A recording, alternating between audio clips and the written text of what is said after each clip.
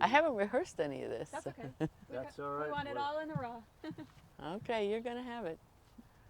Raw Janie at 10:30 in the morning or whatever, 11 o'clock. Okay. Very good. We're rolling. Okay, can you tell me your name and today's date? Today, I'm Janie Titlebaum, former principal at Edna McGuire School, and today is June 2nd, 2013.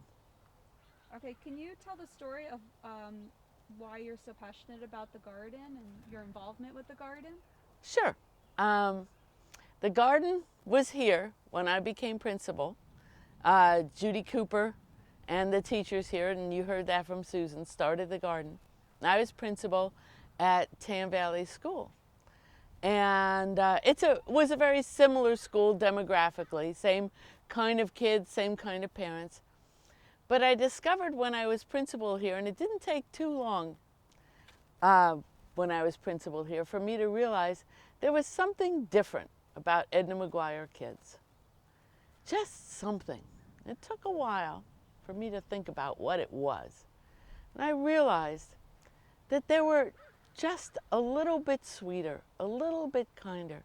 They had an empathy with life and growth and growing that the kids at Tam Valley, though they had that, they didn't have it to that extent.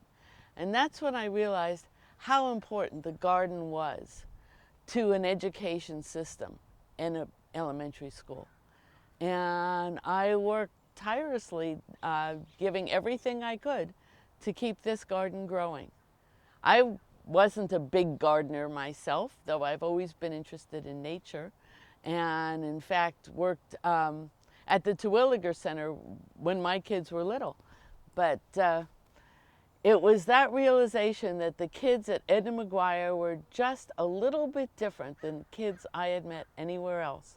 And the only difference I could see was that they were involved with creating and sustaining life in a garden that the kids at Tam Valley were not.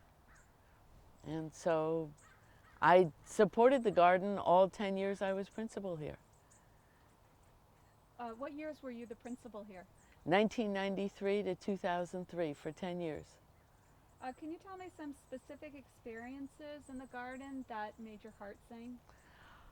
Well, the best thing was the garden sing. The best thing of all is when we got all the kids gathered in the garden and they just sat around, and even before we had raised garden beds, when, you know, we just kind of didn't stand on the plants and sit on the plants, but we all sat around and we sang songs, and John Rojas played his guitar, I played my guitar, and we just sang for like an hour in the garden on a beautiful April or May day. I don't remember exactly when we had them, but sometime in the spring. And it was just a wonderful experience. And just walking through the garden when kids were in here picking weeds or planting plants. One thing I remember that I used to tell people is that the garden was really part of our curriculum. It was an integral part. It wasn't like, okay, now we're going to go do garden and now we're going to do math. Bill Lesko here, who was a 5th grade teacher here at Edna McGuire for a while, 5th graders study the Western movement. They study American history, and Western movement's part of that.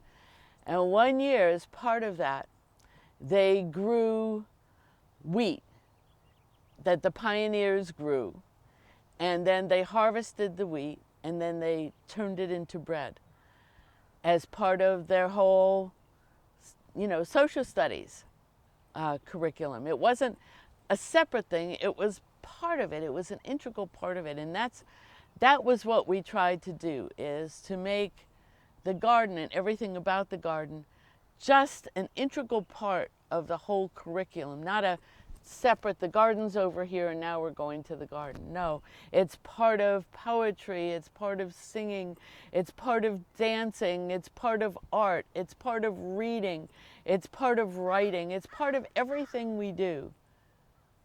And so, and I wrote grants, grant after grant, year after year. Unfortunately, Susan Reynolds retired after a while, and she was a real taskmaster. She got, well, first of all, the teachers who came with Susan Reynolds were really devoted to the garden. But one by one, they started to retire and new teachers came on. And though, as I interviewed them, I made sure that the garden was in their hearts, or at least I tried to make sure the garden was in their hearts. Once they started teaching, reading and math was in their hearts. And so I discovered we needed to have a garden coordinator.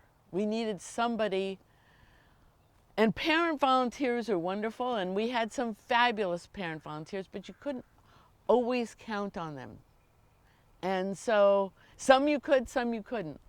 And so I started writing grants to get money, to pay somebody to be here 2 or 3 days a week, to make sure things got watered, to make sure the parents who were volunteers came and helped out, to coordinate the parent volunteers.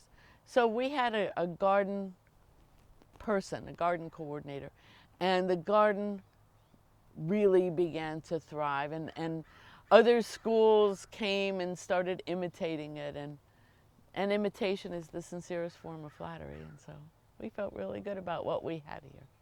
And then when we planted the apple orchard, we decided the pumpkins were just too labor intensive. They needed summer watering, getting people here in the summer to do it. And so we had a parent who was the garden coordinator who instigated planting the orchard, and that was great. So it just kept evolving, and these raised beds were something that evolved while I was here. They weren't always here. Can you tell me the story about the raised beds and how they came to Well, be? it was just easier, I think, and it was easier to keep the weeds out. It was easier to just delineate whose garden was whose. It was easier to weed them. It was easier to plant in them.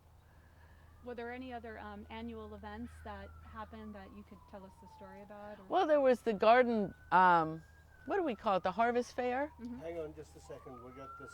Oh. We got Interrupted. police in the background. Yeah. Interruption.